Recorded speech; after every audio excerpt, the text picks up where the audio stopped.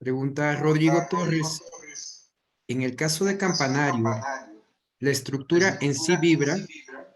¿Qué sucede con las juntas frías? ¿Cómo evito el agrietamiento? Muy bien, gracias por la pregunta. Realmente es una estructura muy rígida, las vibraciones son muy pequeñas.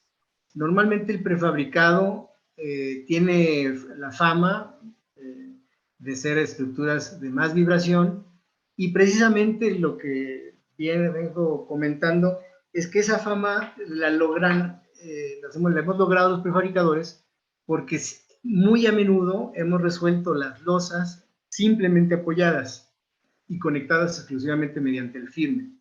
Entonces, una losa simplemente apoyada, pues, su deformación está en función del momento, entre 8, y evidentemente la deformación de una estructura simplemente apoyada es mayor que la estructura continua.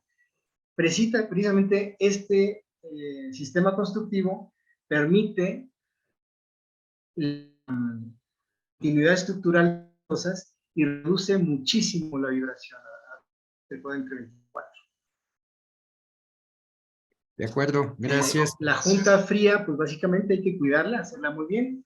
Juntas frías hay en todas las obras, en todos los edificios. Yo no conozco ningún edificio de más de 2 niveles que lo hayan hecho de un solo colado, o sea, siempre se va colando y siempre hay juntas frías. El chiste es tenerlas bien estudiadas, bien resueltas, limpias, por eso el soplador, húmedas, y hacerlo con cuidado, como se debe hacer, y no debe tener ningún problema. Gracias. Por aquí tenemos el Miguel Ángel Álvarez. Nos comenta: felicidades. Una excelente presentación para crear perspectiva con el uso de prefabricados, sobre todo para requerimientos de claros libres considerables. Y aquí nos comentan: ¿qué nos puede hablar de la resistencia al fuego en estos elementos? Esa es otra muy buena. Es decir, tenemos el poliestireno totalmente embebido. Tenemos el concreto en la parte inferior, que es un excelente elemento resistente al fuego, y el firme también aísla el poliestireno del fuego. En sí, el poliestireno, ya bajo normas actuales, ya no hay poliestirenos flamables, ¿no? Casi son todos autoextinguibles, ya lo marca la norma de esa manera, pero de todas maneras, y bueno, además de que el poliestireno en sí, si se quemara, tampoco hay problema, porque está diseñado para generar un espacio, no tiene finalidades estructurales, ¿no? Pero bueno, de todas maneras está muy protegido por cuestión de emisión de gases tóxicos o lo que fuera. Entonces, sí, esta estructura es mucho más eficiente en función de la resistencia al fuego que cualquier otra de acero, de acero, cualquier otro tipo de estructura de las que se usan ahora, ¿no? Muy bien. Francisco Flores, creo que la pregunta va más orientada a qué claros se pueden lograr con este sistema. Depende de la combinación del peralte total del sistema compuesto, pero hemos hecho hasta claros de 14 metros y también dependiendo de las cargas, ¿no? Pero hemos hecho claros hasta 14 metros, un poquito más, incluso combinando el elemento pretensado con un poco de postensado también. Vamos a llegar a claros más largos. Claros más largos de 15 metros ya se complica el transporte, la misma rigidez del elemento, empieza a haber un poquito más de problema. A lo mejor más de 15, 16 metros ya hay que pasar a una sección doble T o otro tipo de secciones de más peralte. Y en 14 metros, ¿de qué claros estamos hablando? 14 metros de claro. Tú dices de qué peralte, como de 60 centímetros de peralte. De 60 centímetros. Sí. Nos pregunta por aquí Miguel Ángel Álvarez, ¿cómo se redujeron los momentos en los apoyos en el caso de la placa semialveolar, puesto que los marcos se vuelven rígidos y no se aumenta la rigidez con el tamaño del armado en los apoyos? Es que la conexión que les mostraba yo es de todo el peralte de prefabricado y la sección compuesta. Entonces, esa conexión tiene muchísima más inercia que el firme o una sola ménsura articulada. Y esa nervadura, que lleva una varilla arriba y una varilla abajo, genera la capacidad de tomar momento positivo o negativo en la conexión. Incluso si hubiera inversión de momentos, la varilla de abajo pasa de lado a lado, la de arriba también. Entonces, ese candado es el que genera el empotramiento de la losa en la trama. Muy bien. Gerardo Salas, aparte de felicitar por la presentación, pregunta con respecto a las relaciones, a las instalaciones eléctricas de gas sanitarias, si se realizó algún análisis especial para cumplir las normativas. Sí, sí, claro. O sea, este proyecto lleva en el respirador cerca de 3 años, en el despacho de Juan Carlos Kelly, y se estuvo estudiando precisamente todo. Ciertamente las de gas, como ustedes sabrán, esas sí no van a poder ir encerradas, esas sí van a tener que ir aparentes por norma, pero todas las demás cumplen la normativa y la ventaja es que son registrables desde el departamento de cada quien en caso de modificaciones. Muy bien. Domingo Beltrán, en el caso de la losa que cubre las instalaciones, su resistencia es igual o menor a 200 kilogramos por centímetro cuadrado. Pregunta, ¿no? Que si es menor a 200 kilos. Y también pregunta si puede ser sustituida por un agregado y sellarla con malla y el concreto final. Sí, la losa que va arriba de las instalaciones ya no tiene funciones estructurales, ya es nada más arquitectónica, bueno, constructiva, y se puede hacer, se recomendó de 200 kilogramos, pero no, en la diseño estructural no la considera como que participa en la capacidad de carga, simplemente la pequeña losa de abajo es la que la está considerando cargar todo lo que hay arriba, y se puede hacer pues de lo que quiere el cliente. Si el cliente quiere taparlo con un deck de madera flotada, pues también lo puede hacer, ¿no? Ahí sí está totalmente libre a la imaginación y a la voluntad del usuario. De acuerdo.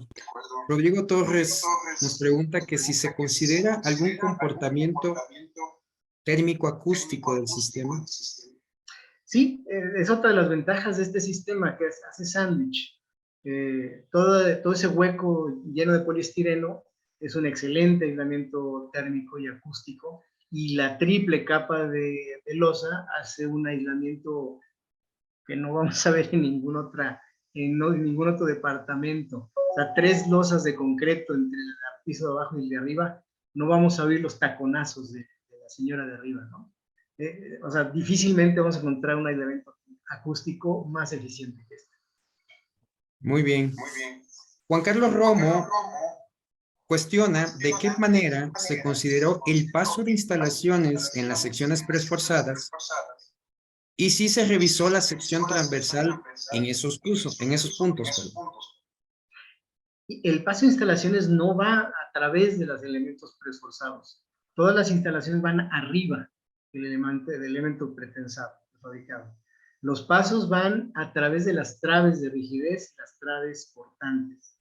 Y sí, las ventanas se calcularon y se diseñaron para que cumplieran la exigencia de los diagramas de momentos y cortantes, a pesar de tener esas ventanas. Es decir, las ventanas están diseñadas para que no comprometamos la seguridad estructural de las traves portantes. En el caso de las traves de rigidez, realmente es mucho más fácil que pase, ¿no? Muy bien. Preguntan, ¿con qué normatividad se diseñan este tipo de losas?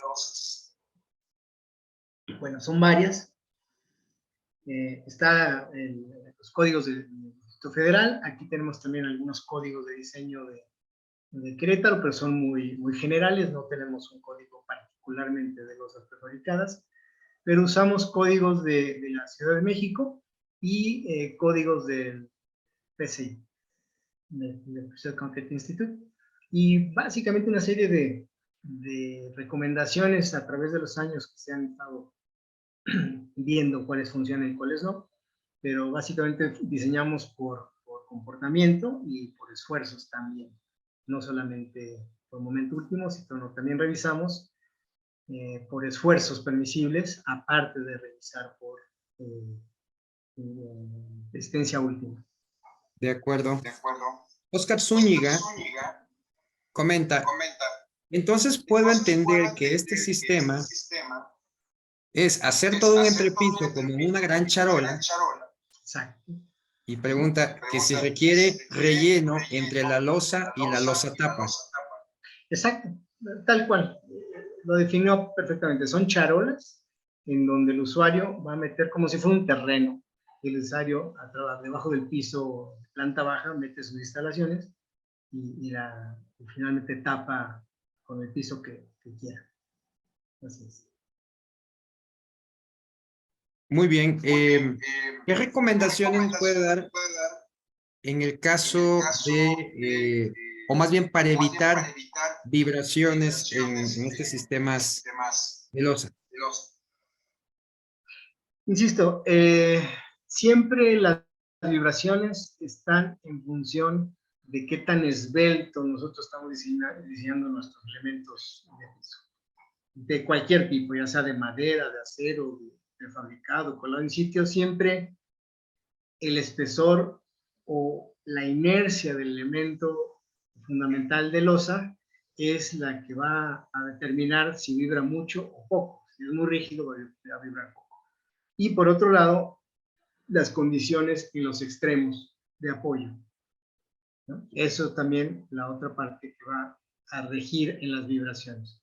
Por eso es que, insisto, en los prefabricados clásicos, en donde el elemento prefabricado se apoya de manera simple en una articulación, va a haber más vibraciones que cuando le damos nosotros un empotramiento en los extremos. De acuerdo. Juan Gabriel Ramírez comenta, o pregunta, dado que el diseño arquitectónico no consideró ubicación de muros, ¿qué carga muerta por concepto de muros se considera? Consideramos una densidad alta, vamos un poquito adivinando lo que los clientes podrían tener, más o menos eran muros como a cada 4 metros de distancia, y esa fue la carga de diseño que le colocamos a las losas. Muy bien. Por ejemplo, cuando un arquitecto o un ingeniero tiene determinado proyecto, ¿cuál es el proceso desde el inicio hasta que llega a especificarse el prefabricado? ¿Cuál es el papel del prefabricador en todo este proceso? Pues esa pregunta, Daniel, es medular en la esencia de esta plática. Básicamente lo que he querido transmitir esta tarde es exactamente eso. Es decir, poder acompañar a un arquitecto inquieto, preguntón, de esos que les gusta imaginar lo que no se hace, ni lo imposible, y acompañarlo en el proceso de concepción y de diseño de una obra, chica o grande, como sea, es realmente una parte de la profesión fascinante. Yo era de los que contaba los 25 chistes de ingenieros y arquitectos toda la vida, de la contraposición o de las broncas que tenemos, ¿no? De arquitectos con ingenieros, ingenieros contra arquitectos. Lo sigo contando, pero, pero ciertamente acompañar al arquitecto en ese proceso creativo resulta una parte fascinante de la ingeniería, y por supuesto que los resultados finales son diametralmente diferentes. Es decir, cuando ya nos traen una obra totalmente diseñada y meterle prefabricado, se puede, siempre uno se trata de adaptar, pero no hay como ir acompañando al arquitecto, oye, ¿se puede esto? ¿Se puede esto otro? ¿Cómo queda mejor? ¿Cómo? Y entonces empiezas tú a soltar el cerebro, a imaginar, a ponerte en los pies del arquitecto, de sus inquietudes y necesidades, y ese proceso es el que genera este tipo de obras que realmente dan un resultado fuera de lo común, ¿no? No se te escucha. Perdón, perdón. Perdón, no te oí. Sí. En el tema de combinación con diversos sistemas estructurales, pregunto, ¿puedo combinarlo con estructura de acero? Y en caso de que sí, ¿cómo? Sí, claro, hemos hecho varias obras así, elementos prefabricados sobre estructuras de acero. Básicamente hay dos formas de apoyar.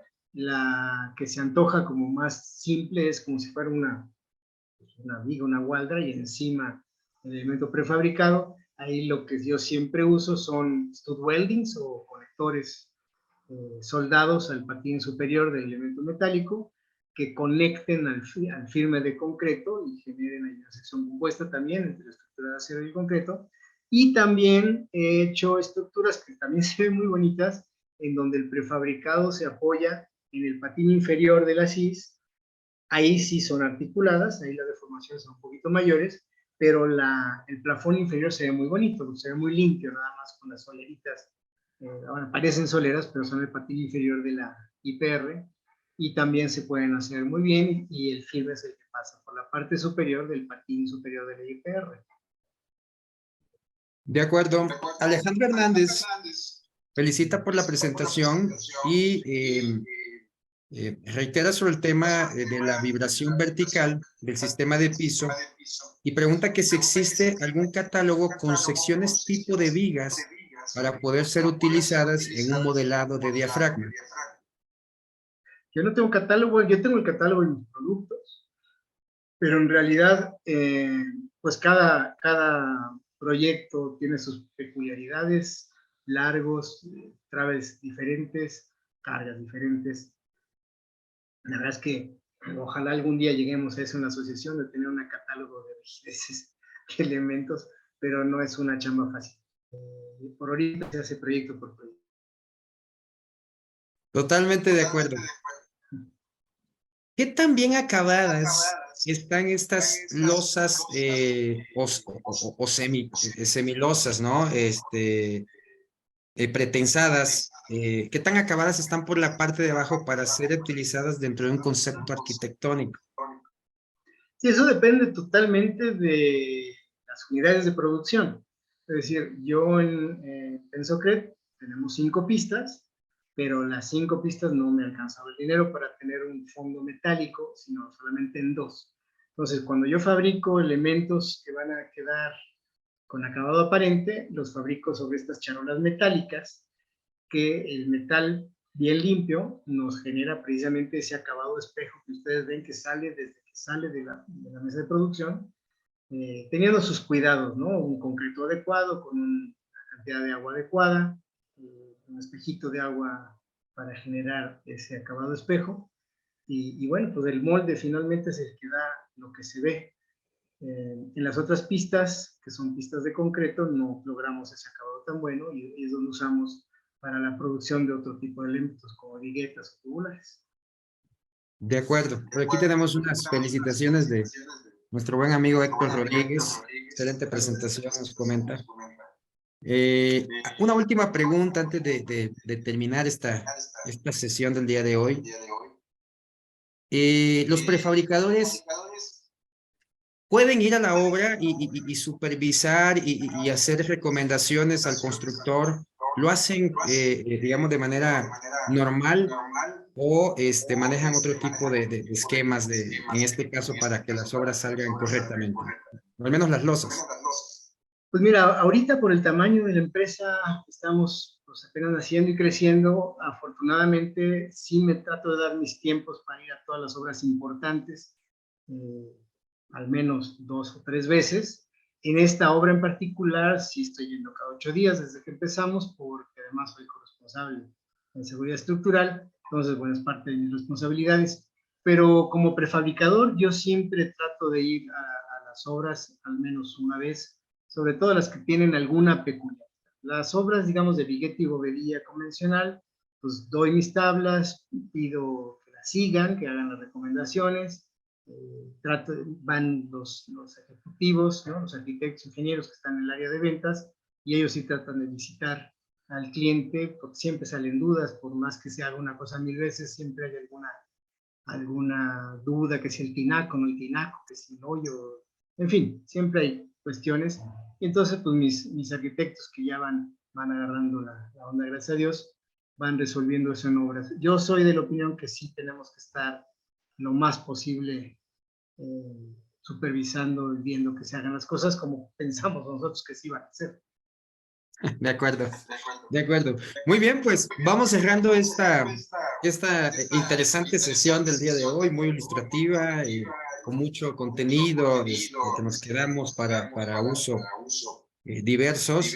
Y bueno, te cedo finalmente la palabra por si tienes algunas últimas impresiones previo al cierre de esta sesión. Pues gracias, Daniel, nada más siempre es un gusto ver aquí a gente, amigos como, conocidos y gente interesada siempre en el discurso. Ojalá les haya gustado. Yo tenía ganas de compartir eso, me parecía obras paradigmáticas, ejemplos interesantes en donde bailamos y nos peleamos y nos amamos con los arquitectos o con el proyecto arquitectónico, y pues siempre es posible hacer cosas. Pareciera que ya está todo hecho, ¿no? De 30 años, 40 años de fabricación en México, y bueno, uno de repente se encuentra con cositas que yo ahora aquí, ¿cómo le hago, no? Y eso es muy, muy bonito del universo del prefabricado y el preesfuerzo. Y pues Totalmente. gracias a todos por Pues, su interés y por este rato que nos regalaron.